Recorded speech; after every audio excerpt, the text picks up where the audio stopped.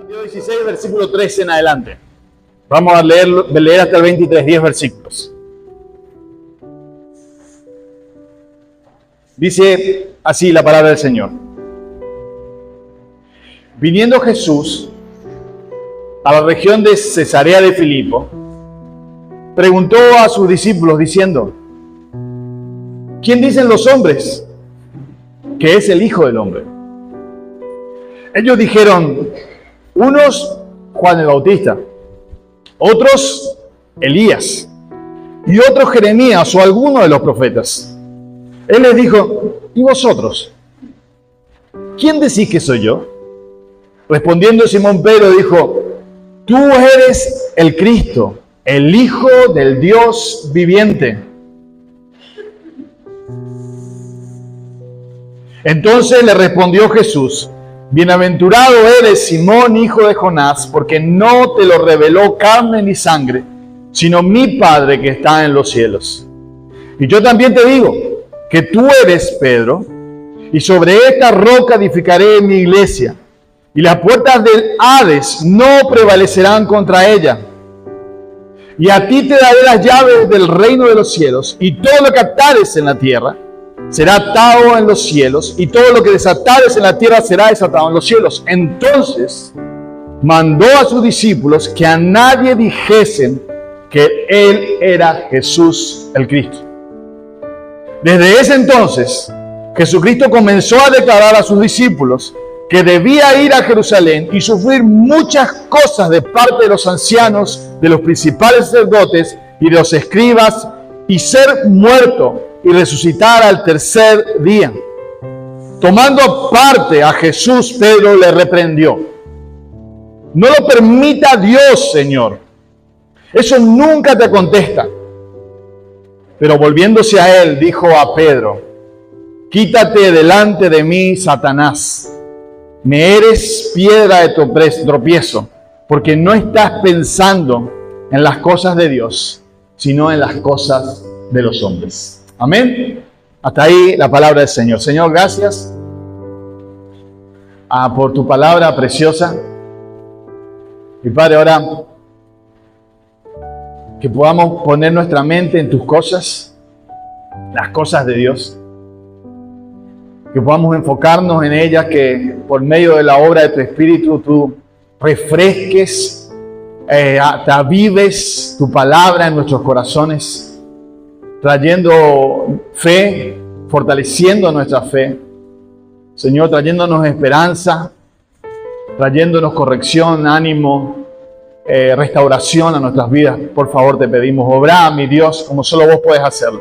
Señor, que tu palabra, que sea viva y eficaz, Señor, pueda penetrar lo profundo de nuestros corazones, que podamos reflejar nuestra imagen, Señor, lo que hay en nuestros corazones, a través de tu palabra, y poder ver, Señor, aquellas cosas que vos querés cambiar en nuestra vida.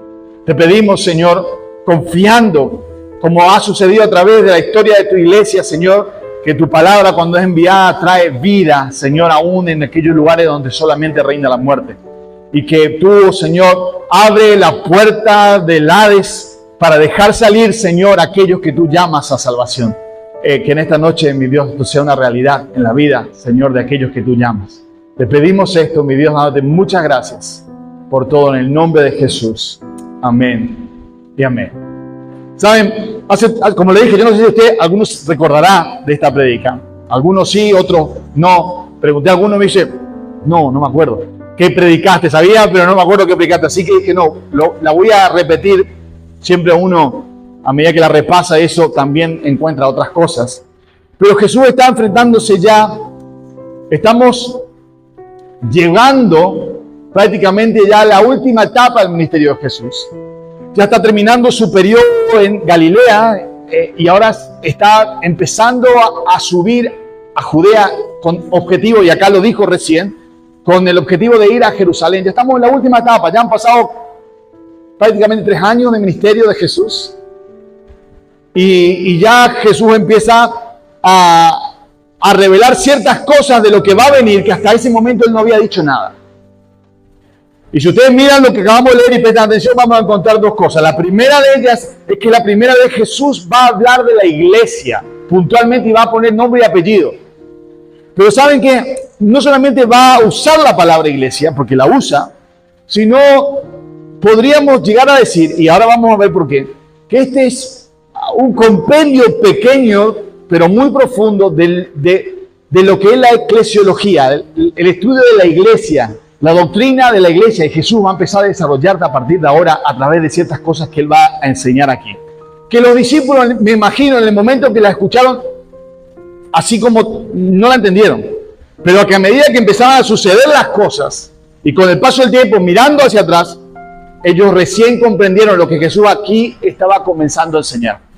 Las otras cosas que Jesús empieza a enseñar ahora ya claramente, y muchas veces dice, y aún así tampoco ellos entendieron, era que Jesús iba a tener que padecer en Jerusalén, y que iba a morir, y que iba a resucitar. Y ellos, hasta que sucedió, tampoco lo entendieron. Dice claramente, Él comenzó a enseñar a los discípulos esto, sin eufemismos, sin vueltas, sino directamente a enseñar a Jesús esto que iba a acontecer con Él y que estaba profetizado. No, de esto va el punto, y Jesús empieza esta enseñanza a los discípulos a través de dos preguntas. Él empieza enseñando a través de dos preguntas, como muchas veces Jesús enseña a través de preguntas, y para ver también qué es lo que había en el corazón de los discípulos. Y Él empieza con una pregunta un poco parecida en forma indirecta, y dice, ¿y ustedes que están con la gente y que escuchan? Parafraseo, no dice así, ¿no? Pero lo acabamos de leer. ¿Qué dicen la gente que soy? Después de 3 años de ministerio, después de infinidad de milagros, después de un montón de enseñanzas, después de todo lo que la gente vio, entonces, ¿qué dice la gente que soy? Y la respuesta de ellos es rápida. Entonces dice, mirá, uno dice que vos sos Elías, otro que sos Jeremías, otro que sos otro profeta, algún profeta. La gente dice muchas cosas. Pero automáticamente pegada a esa pregunta viene una mucho más personal y más puntual. Dice, ¿y ustedes que compartieron conmigo todo esto, que estuvieron cerca mío, que vieron todo, ustedes quién dicen que soy? ¿Qué piensan ustedes de esto? ¿Qué opinan de esto? Y Pedro, como vemos, como muchas veces, Pedro siempre lengua rápida, ¿verdad? Enseguida el corazón caliente y lengua rápida. Y bueno, largarse sin preocuparse mucho si lo que va a decir es correcto o no, si está bien o no, si es políticamente correcto, no importa. El bien genuino Pedro, con su acierto y sus errores, es bien genuino Pedro. Transparente, ¿cierto? Transparente. Entonces Pedro dice lo que acabamos de leer recién: tú eres el Cristo, el Hijo del Dios viviente. ¡Wow! ¿Sí? Y Jesús va a hacer una serie de declaraciones que ahora vamos a ir viendo un poquito, que tiene que ver con la vida de Pedro, pero especialmente con la vida de la iglesia, y que Pedro en algún sentido va a ser un instrumento privilegiado de lo que Dios está por hacer próximamente, cuando Él ya resucite. También tenemos que reconocer que estos textos han dado a través de la historia de la iglesia mucho hilo que cortar, y mucha controversia trajo.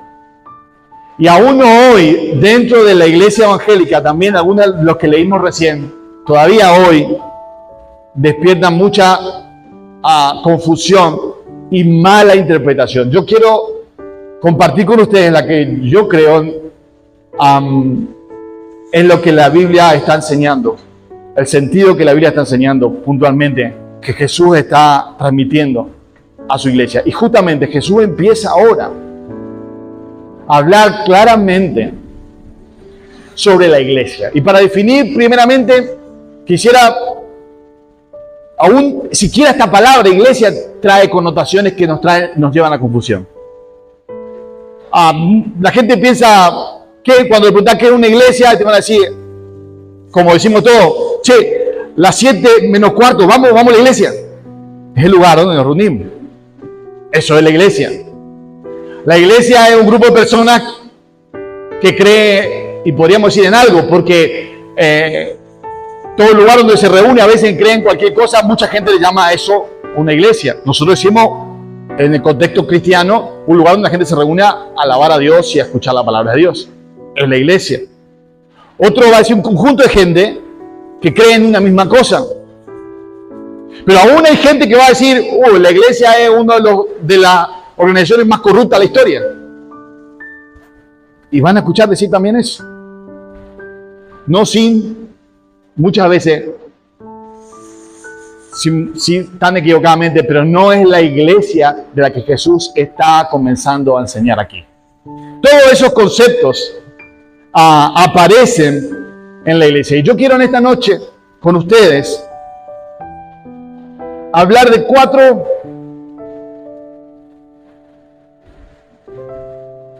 cosas que Dios revela, que Jesús revela aquí de la iglesia. Primero, su fundamento.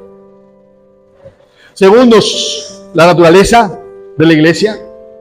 ¿Quiénes son aquellos que componen la iglesia? Y tercero y último, su propósito, que va unido a la promesa que Dios tiene de la iglesia. Fundamento, naturaleza, y cuál es la razón de que exista la iglesia, el propósito por el cual Dios puso la iglesia en la tierra. Y de estas cosas vamos a ver en esta noche que Jesús va a enseñarnos a través de su palabra. Y la primera de que voy a ir, y no voy a ir en este caso, siempre ven que yo agarro un texto y voy desarrollando el texto en orden de lo que va apareciendo, versículo a versículo. Hoy voy a cambiar un poco, espero que me puedan seguir y no confundirme yo ni confundirle a ustedes, pero voy a ir usando el texto, pero de acuerdo a los tópicos que quiero poner, usando el mismo texto de acuerdo a tópicos. Primero de todo, el fundamento. Y para eso, de lo que leímos, vamos a concentrarnos en la respuesta de Pedro respecto a cuando Jesús le pregunta, ¿y ustedes quién dice Jesús? Y Pedro responde, tú eres el Cristo, el Hijo del Dios viviente. Y automáticamente luego ahí Jesús responde, bienaventurado eres, Pedro. Vamos a leer, ¿quieren conmigo? Versículo 19.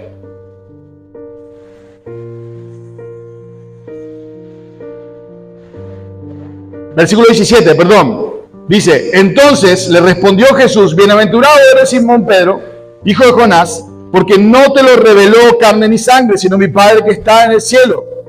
Y ahí viene, y yo también te digo que tú eres Pedro, y sobre esta roca edificaré mi iglesia. Y termina, y las puertas del Hades no prevalecerán contra ella. Y yo te digo que tú eres Pedro, y sobre esta roca edificaré mi iglesia. Todos conocen, o saben, cuando esto se interpretó puntualmente, entendiendo que lo que Jesús estaba diciendo, que la roca en la cual Dios edificaría la futura iglesia que estaba formando, era Pedro, la persona de Pedro. Y a través de esa persona se llega a la conclusión de que Pedro fue el primer papa. Por consiguiente, la iglesia, la roca de la iglesia es Pedro, y toda la iglesia fue edificada sobre esta roca.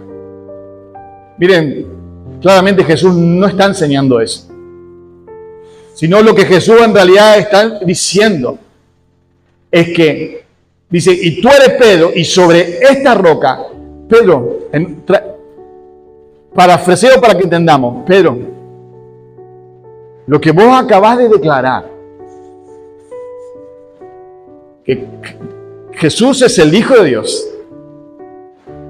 Jesús es el Cristo, que yo soy el Cristo, Pedro, es la roca sobre la cual yo voy a edificar la iglesia. Este es el fundamento de la iglesia, la piedra que los edificadores desecharon. Este es la roca, es la piedra, la cabeza de ángulo de la edificación, la piedra donde la iglesia de Dios se va a sustentar. Es Cristo, el Hijo del Dios viviente, es el Mesías. Pero dice, pero soy yo la roca. El fundamento de la iglesia, mis queridos, sobre el cual toda la iglesia se edifica y toda la iglesia se sostiene, es Cristo. Por eso es que a través de la historia, la doctrina de Cristo Jesús, hombre y Dios, 100% hombre y 100% Dios, siempre fue atacada. Porque si esa doctrina, si esa verdad es quitada de la iglesia, todo el resto de la enseñanza bíblica se cae. Porque todo está sostenido sobre esta verdad. Cristo es el Mesías, Cristo es el Hijo de Dios, pero también Jesús es un ser humano como vos y como yo. Es Él la roca. Es Cristo la roca, nuestro Salvador. Es Jesús el Mesías, y ese es el fundamento. Ahora,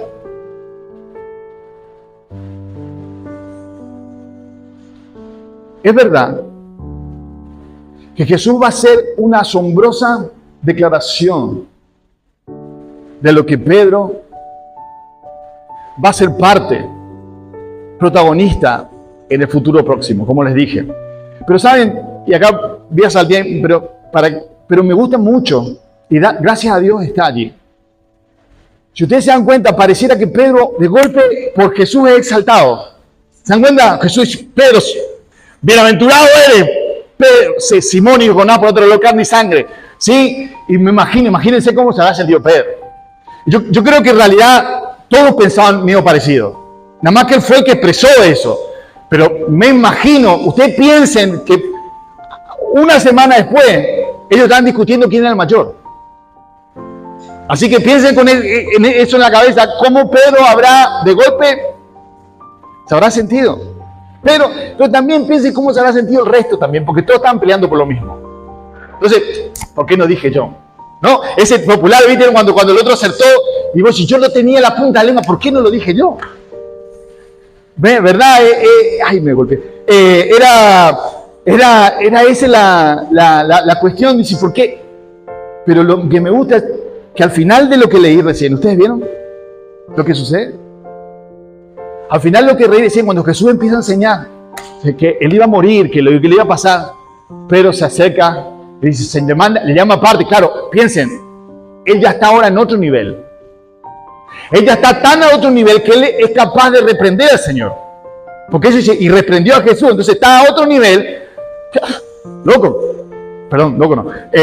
Che, escúchame, yo acá soy el más jefe, tengo que tomar la posta, nadie se anima a decirle, yo no sé si los otros también estaban preocupados por Jesús, pero acá yo soy el primero. Voy, Señor, vení un poquito, tengo que hablar con vos, Señor. Porque ya que no solamente estoy arriba, sino también yo me preocupo más que todo por vos. Señor, escúchame, no, esto por favor, que Dios no permita, el Padre no permita que te pase una cosa así. Señor, me encanta, pues sin anestesia, sin ninguna anestesia, ¿verdad? Pero porque en realidad tampoco no queriendo ofender ni matar a Pedro, sino viendo la realidad espiritual que había, con el discernimiento espiritual que el Señor tenía, y con la lucha que Jesús mismo estaba empezando a sufrir, de lo que se le venía a la cruz.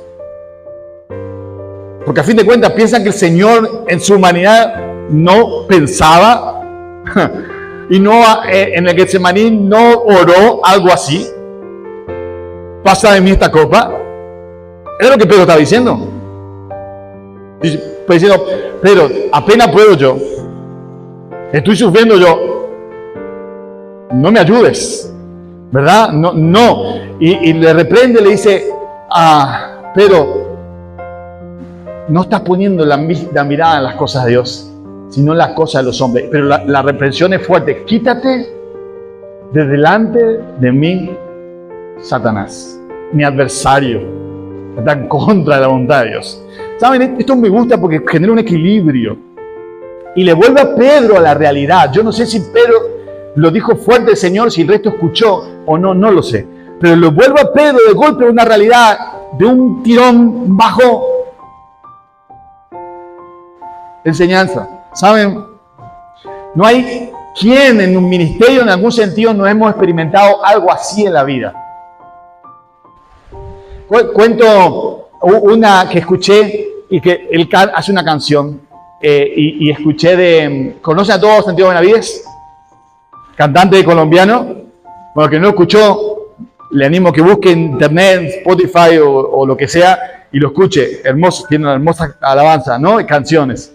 Él contaba, tuve una reunión que tuvimos hace 3 meses por ahí, de PM, y él fue invitado, ¿no?, a compartir la palabra y contarle estar viviendo en Canadá. Claro, dice que él se fue a Canadá. Acá en Latinoamérica es un cantante muy conocido en el mundo cristiano, ¿verdad? Y él, claro, era conocidísimo. Entonces él se fue a Canadá. No lo conoce ni el loro, ¿cierto? Pero entonces nadie le invitaba ni siquiera a ninguna iglesia, ni a cantar, ni a nada. Nadie le invitaba a nada. Entonces por ahí consigue porque un pastor que le invite, porque otro pastor de otro pastor le conocía, entonces le invitan. Dice, llega a la casa después de como 5 meses, de donde tenía un deseo de poder alabar al Señor, de poder con su ministerio servir al Señor. Y le dice, no me acuerdo cómo se llama la señora, che, mirá, vos sabés que me invitaron a una iglesia, me voy a ir dentro de 2 meses, me invitaron para ir a una iglesia. ¡Wow! Buenísimo, están contentos, pasaron los 2 meses, llega a la iglesia, Santa Cena. Y cuando llega, el pastor le mira y dice, yo soy Santiago Benavides, ¿se acuerda que hablábamos hace 2 meses? Cierto, me olvidé de... Ya, me olvidé de que tal... Dice que, bueno, no, porque pasa que invité a otro ya. Pero no se preocupe, dice, yo le había dado una parte. No se preocupe, ahora, después del rato le dice, ahora en el momento para levantar la ofrenda, mientras levanta la ofrenda, hermano, te canta. Y él ya, para esa altura, vos imagínense, ya su ego estaba golpeado. Para completar, yo no me acuerdo el nombre que él usa. Si busca la canción, tiene un nombre. La cuestión de cuando lo va a presentar, y él canta, la canción se llama como ese nombre. Él le dice como Sergio Valenzuela, le presenta y se va a cantar con nosotros acá. El hermano va a cantar, dice que él, y él cuenta, y volvió a su casa con su ego hasta el suelo. Pero después, mientras volvía, él pensaba, decía, de verdad que... y se reía solo, porque decía, de verdad que es necesario. Y qué bendición que es para mí que esto me pase. Para darme cuenta todavía de lo que hay en mi corazón y lo que necesito todavía menguar mucho más yo. Y que yo mengue y que el Señor crezca en mi vida. De verdad, y él canta en esta canción con forma un poco humorística. Pero esto es lo que le pasó a Pedro. A fin de cuentas, esta es la cuestión de, en cierta forma, lo que Pedro está pasando. Lo que le pasó a Pedro. Dicho esto, pero no quiero dejar, y no debemos, a veces no debemos dejar de reconocer el rol fundamental que Dios le dio, que el Señor le dio a Pedro, en el devenir de los próximos meses y del inicio del futuro de la iglesia, que ahora vamos a hablar enseguida. Pero entonces, el fundamento es Cristo. Ahora, quiero hacer un paréntesis y dije, Jesús es la primera vez que usa la palabra iglesia. ¿Saben? La palabra iglesia viene del vocablo eclesia en griego, que significa asamblea o congregación de aquellos que son llamados afuera. Es el término de lo que significa, a fin de cuentas, la palabra iglesia. Entonces, tenemos 2 cosas. Primero, es que es una comunidad. Es una comunidad, es una asamblea. ¿Sí? Un grupo de gente. Segunda cosa, que son llamados por alguien. Llamados por alguien, no salen por ellos mismos, son llamados por alguien para salir afuera con un propósito. Eso es lo que significa puntualmente la palabra. Y ahora Jesús va a enseñarnos cuál es la naturaleza de estos, cómo es este proceso de ser llamado afuera. Va a empezar a vislumbrar esta realidad. Y la primera de todas está justamente, acabamos de leer el versículo 16, 17. La primera, que esta comunidad o esta asamblea tiene una naturaleza espiritual. Dice, bienaventurado eres Simón, hijo de Jonás, porque no te lo reveló carne ni sangre. Mirá, lo que vos estás diciendo, el conocimiento al cual llegaste, lo que vos estás proclamando, no fue hecho por ningún conocimiento, capacidad, esfuerzo humano. Aquí no hay nada que el ser humano pueda decir, yo lo hice. Yo lo descubrí solito. Yo me di cuenta solo que Jesús es el Mesías. Miren, nadie puede llamar a Jesús si no es por el Espíritu de Dios. Hay una revelación, una obra de parte de Dios por medio del Espíritu en un corazón para que esta persona, para cualquier persona, pueda reconocer a Cristo como su Señor y Salvador. No hay forma de que sin la obra del Espíritu esto suceda. Doctrinalmente, teológicamente se llama esto la regeneración. El pasar de muerte a vida, de un corazón de piedra a un corazón de carne, de una muerte espiritual a una vida en el Espíritu. Sí, esto es una obra del Señor, es obra del Señor. Aunque es comunitaria, como acabamos de decir, esta obra de fe es también eminentemente individual. ¿En qué sentido? ¿Recuerdan cómo Jesús preguntó al principio? ¿Qué dice la gente que soy? Pero después, ¿y ustedes? ¿Quién dicen que soy? Porque ahí está la cuestión. ¿Quién es para vos Jesús? Y esto sigue siendo así. La diferencia está ahí. ¿Quién es para vos Jesús? Y en esto, hermano, y lo dije 1000 veces y lo vuelvo a repetir, tenemos que ser bien claros. El otro día escuché de alguien, un niño, alguien le preguntó, me contaron, le preguntó, un niño de padres cristianos, decía, de padres cristianos muchos años, le preguntaron, ¿y ustedes obedecen a Dios, están bien con el Señor y cosas? Y el niño respondió, claro, si yo soy cristiano de nacimiento.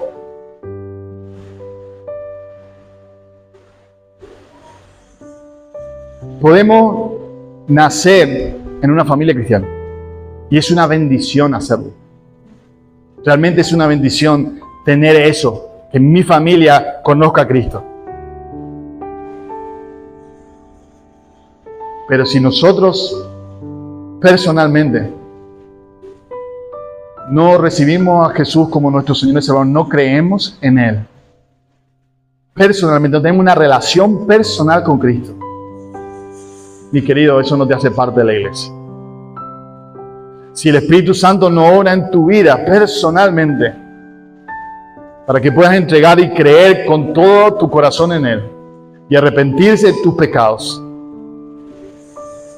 eso no te hace cristiano. No nos confundamos en creer que somos salvos simplemente porque vengo a la iglesia. No nos confundamos en creer que somos salvos simplemente porque mi familia es cristiana. No nos confundamos en esto. Es una relación personal. Es una pregunta como la que el Señor le hace. ¿Y ustedes qué dice que son? ¿Quién es para vos Jesús? ¿Quién es? Es como Pedro está diciendo, Jesús es el Cristo, el Hijo, es mi Cristo. Es el Hijo de Dios que vino a este mundo a morir por mí.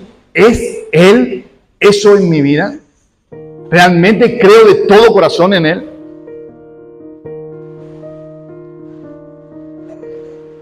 Estos llamados afuera son llamados a través de la obra del Espíritu Santo.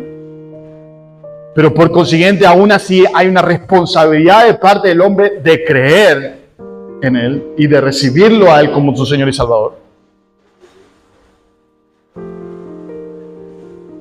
Es una obra completamente, entonces, de gracia de parte de Dios, pero que en ningún modo esto invalida la responsabilidad de parte del ser humano de poder creer en Cristo, de poder aceptarlo en su corazón y vivir conforme a esa realidad en su vida. Vivir conforme a esa nueva naturaleza en su corazón. Vivir conforme a su fe. una vida transformada.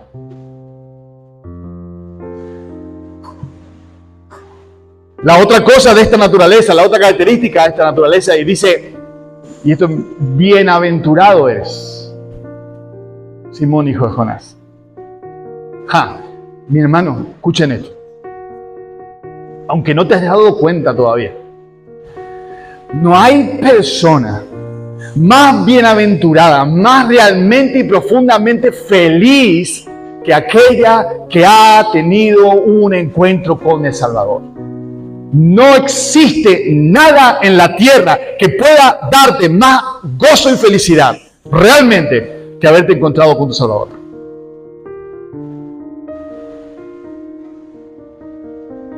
Por su cara, yo no sé si ustedes creen esto. Pero si no has experimentado nunca esta realidad en tu vida,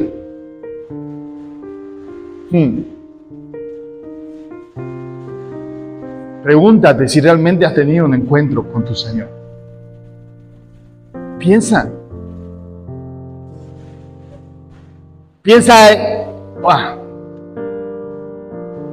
en una María Magdalena, en el momento en que se encontró con Jesús. Piensa en un Pedro siquiera en el momento en que se encontró con Jesús. Piensa en cualquiera de aquellos que se ha encontrado. El momento de gozo y felicidad de haber reconocido quién era que estaba con él. Yo sé que sí, hay muchos de ustedes que sí, saben de qué estoy hablando. La pregunta es, ¿lo sabes en tu corazón? ¿En serio lo has experimentado?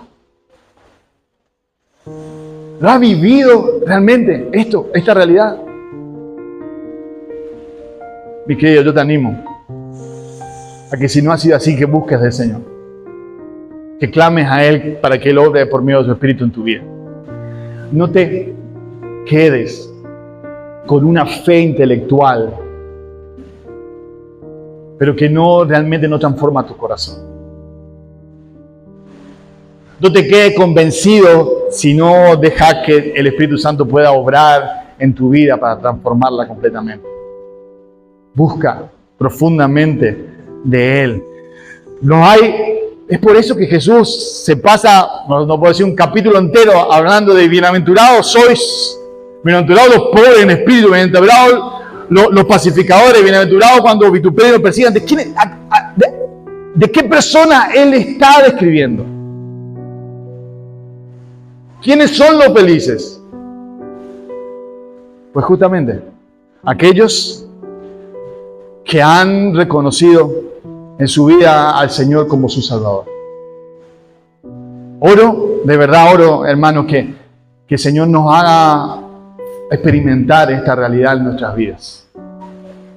Oro que realmente el Señor pueda llenar nuestro corazón de gozo y que no encontremos mayor gozo en ninguna cosa en esta tierra que nuestro Señor Jesús. Oro que esta iglesia sea una iglesia que se deleite de estar en la presencia de Dios. Que se deleite de estudiar su palabra. Que realmente que busque su felicidad en Cristo Jesús y no en ninguna otra cosa. Porque cuando esto es así, es cuando realmente somos cada vez más una iglesia realmente. Y la última característica de nuestra naturaleza, ¿saben? La iglesia de Jesús es poderosa. Dice, las puertas del Hades no prevalecerán contra ella. Mi hermano, la iglesia del Señor es poderosa. Es poderosa para abrir la puerta del infierno. Imagínense que no va a ser poderosa para un montón de cosas. Es poderosa realmente para extender el reino de Dios. Es poderosa porque Dios está en ella y con ella. Es poderosa para desatar la vida de los que están sufriendo. Es poderosa para sanar la vida de los que están padeciendo. Es poderosa para traer esperanza. Es poderosa para cambiar la realidad del mundo que le rodea. Es poderosa para traer luz en medio de la oscuridad. Claro que es poderosa. ¿Saben? Y a veces nosotros los cristianos vivimos como que somos presos de nuestros problemas y dificultades, con miedo constantemente de todo, siendo que somos la iglesia de Cristo.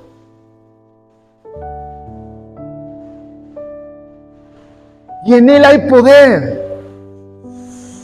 Poder para perdonar los pecados. Para limpiarnos de toda maldad. Poder para cambiar la vida. Hay poder en Cristo Jesús por medio de su Espíritu. Hay poder. Mi hermano, cree en esta realidad. Viví esta realidad. Por lo menos desea esto en tu corazón. ¿Saben? Cuando olvidamos nuestra naturaleza espiritual, comunitaria, de bienaventuranza y de poder, empezamos olvidando un poquito quiénes somos.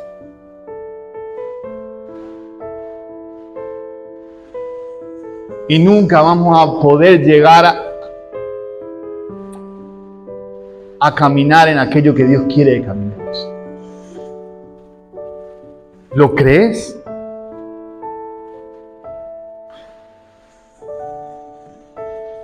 Jesús también va a enseñar no solamente su fundamento, la roca, su naturaleza, la de la iglesia, sino también el propósito de la iglesia.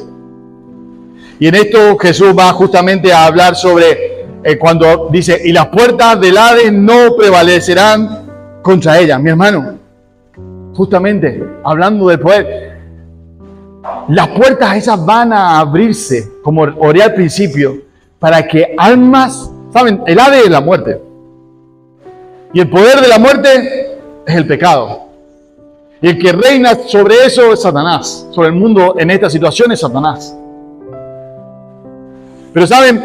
A veces pareciera que tenemos la idea de la iglesia encerrada y el mundo y el diablo y el infierno y el Hades atacando la iglesia ahí, nosotros aguantando ahí encerraditos, nosotros vamos juntitos, que no, ahí. Esa es la idea que a veces nos hacemos de la iglesia.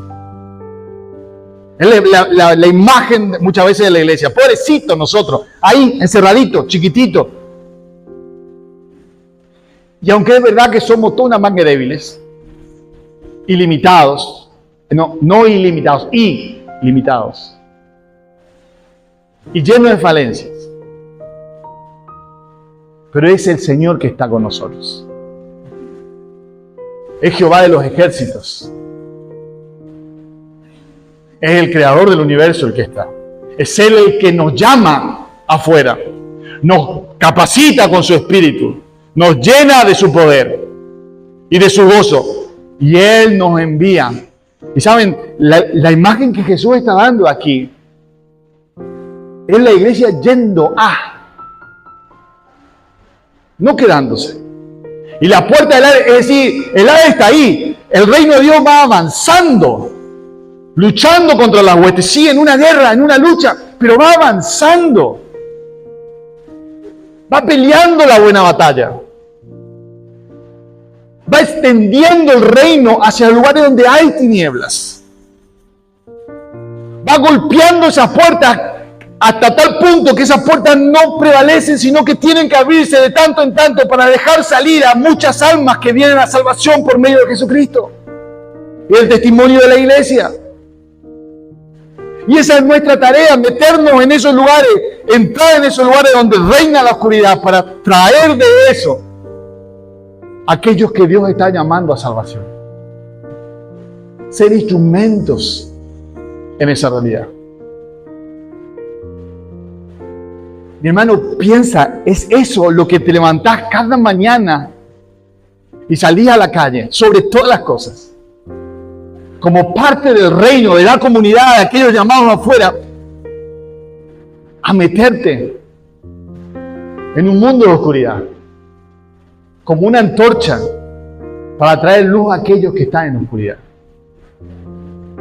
A eso somos llamados, y eso es lo que Jesús está hablando aquí puntualmente. Un reino que avanza, no es pasivo ni a la defensiva, sino avanza sobre los dominios de Satanás. Y acá Jesús va a explicar cómo esto va a ser. Y dice, déjenme buscar el versículo. Y a ti, y ahora le habla a Pedro. Acá Pedro va a tener un privilegio puntual, pero que no quedó con Pedro. Dice, y a ti te daré las llaves del reino de los cielos. Y todo lo que desatares en la tierra será desatado en los cielos. Y todo lo que atares, perdón, dije al revés, ¿no? Todo lo que atares en la tierra será atado en los cielos, y todo lo que desatares en la tierra será desatado en los cielos. ¿Saben? Yo creo que Pedro, lo que está refiriéndose a Jesús claramente a dos cosas, dos hitos en la historia que sucedieron a través de la vida de Pedro. El comienzo de la iglesia propiamente dicho se da en Pentecostés, en el capítulo 2 de Hechos. El Espíritu Santo desciende sobre la iglesia y es Pedro el que se levanta y delante de 3.000 personas, más personas, pero 3.000, de toda esa multitud allí en Jerusalén, empieza a predicar. Y en cierta forma empieza a usar esa llave que el Señor le había dado, ese evangelio de Jesucristo. Y Él abre esa puerta, primero a los judíos. A los judíos que estaban allí. Es Él el primero que abre esa puerta para que esa puerta de salvación comience a abrirse. Y ese día más de 3.000 vienen a salvación.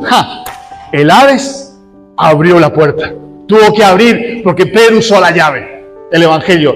Y las vidas vinieron 3.000. Y así empezaron a agregarse. Pero todavía eso se circunscribía a los judíos. Había otra puerta que abrir.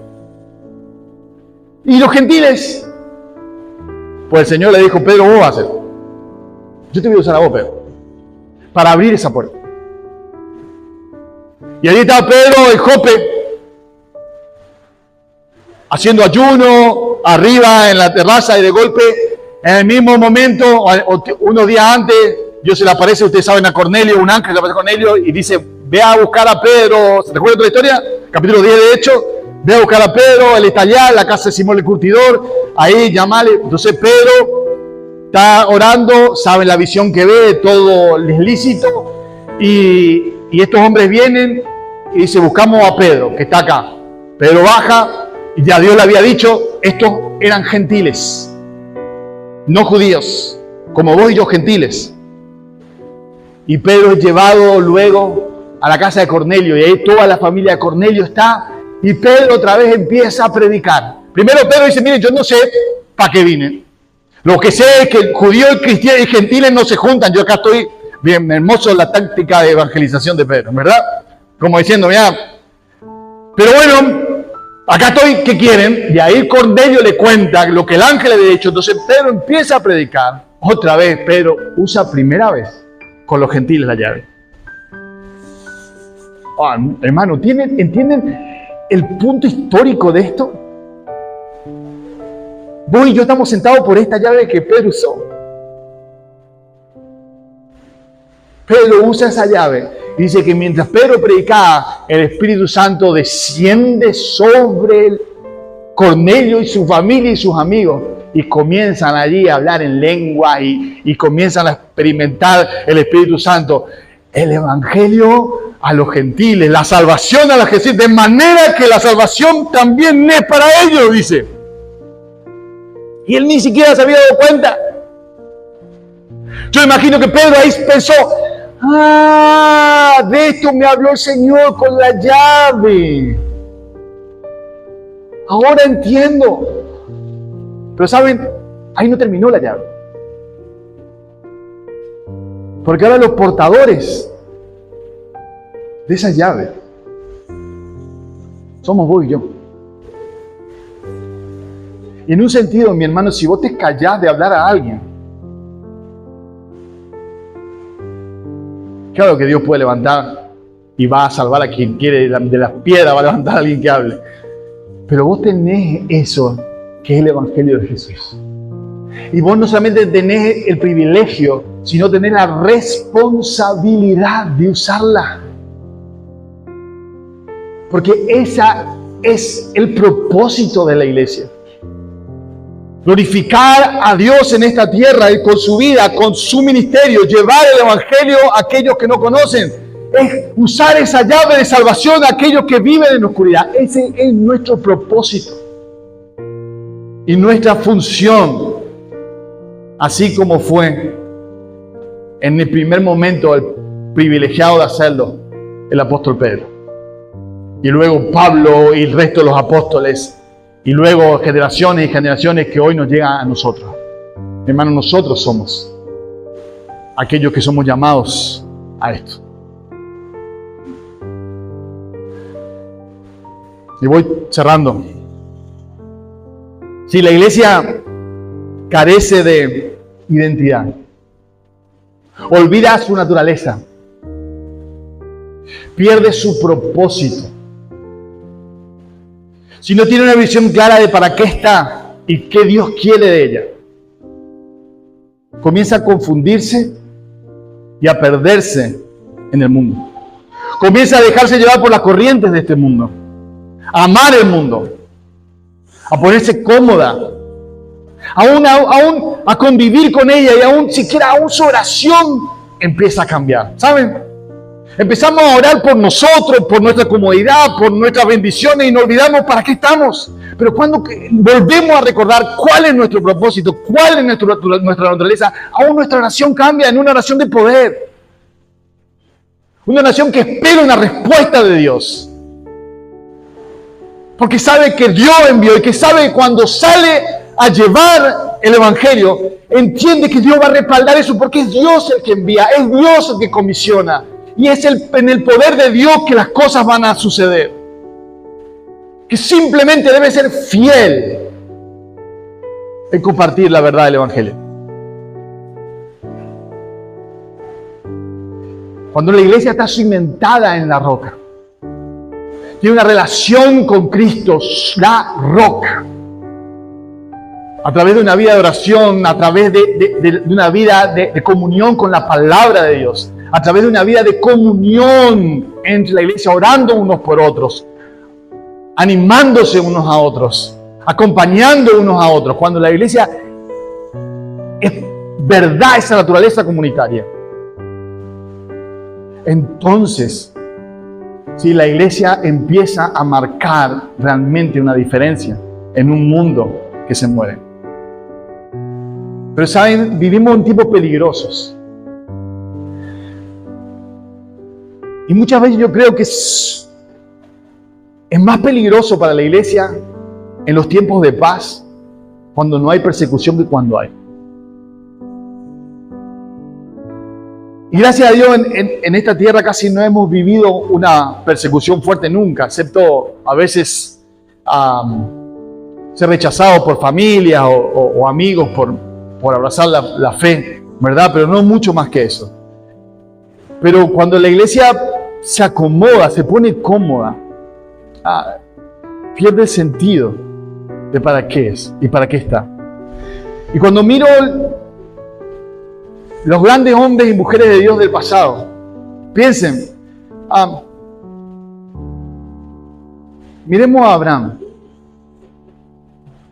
que fue llamado de salir de su tierra y su parentela a un lugar desconocido.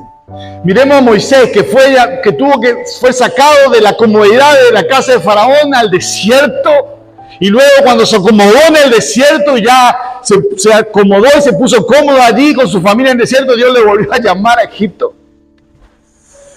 Y así piensen en Elías, Jacob, David, pero también piensen en Pedro, Pablo. Todos fueron llamados a salir. Todos fueron llamados a salir de la comodidad, del lugar donde se sentían confortables, de arriesgarse, de salir al riesgo, salir por fe. Llamados a caminar sobre las aguas, caminar en medio de la tormenta, en medio de las dificultades, salir de la comunidad. ¿Saben? Cuando Dios habla realmente, cuando Dios nos habla profundamente, generalmente yo encuentro en la Biblia que no salimos, ¡ay, qué lindo! ¡Qué bien! ¡Qué alegría! ¡Qué hermoso! ¡Qué paz! ¿Sabe? Cuando Dios nos habla profundamente, muchas veces, la gran mayoría de ellos salimos, ¡ay, ahora! ¿A esto Dios me llama? ¿Ahora tengo que dejar esto? ¿Tengo que tomar esta decisión en mi vida? ¿Tengo que arriesgarme a esto? No. saca del status quo, nos saca de la comunidad para caminar con Él por fe. Y es en ese caminar por fe, en ese andar muchas veces en el desierto, es donde Dios más va a trabajar con nuestra vida y transformar nuestras vidas para su propósito. Así que, querida iglesia, que en esta noche podamos volver a recordar, podamos volver a meditar cuál es nuestra naturaleza como iglesia. ¿Cuál es nuestro fundamento? ¿Cuál es tu fundamento en tu propia vida? ¿En dónde estás parado? ¿Cuál es tu seguridad? ¿Tu trabajo? ¿Tu familia? ¿Tu economía? O está más difícil ella, ¿no? Pero ¿cuál es tu seguridad? ¿Tu salud? ¿Cuál es? ¿O es Cristo, la roca, el Hijo del Dios viviente? Recordad que tu naturaleza es espiritual, mi hermano, mi hermana, es espiritual. Tenés que alimentarla, tenés que hacerla crecer. Es tu responsabilidad cuidar tu salvación con temor y temblor.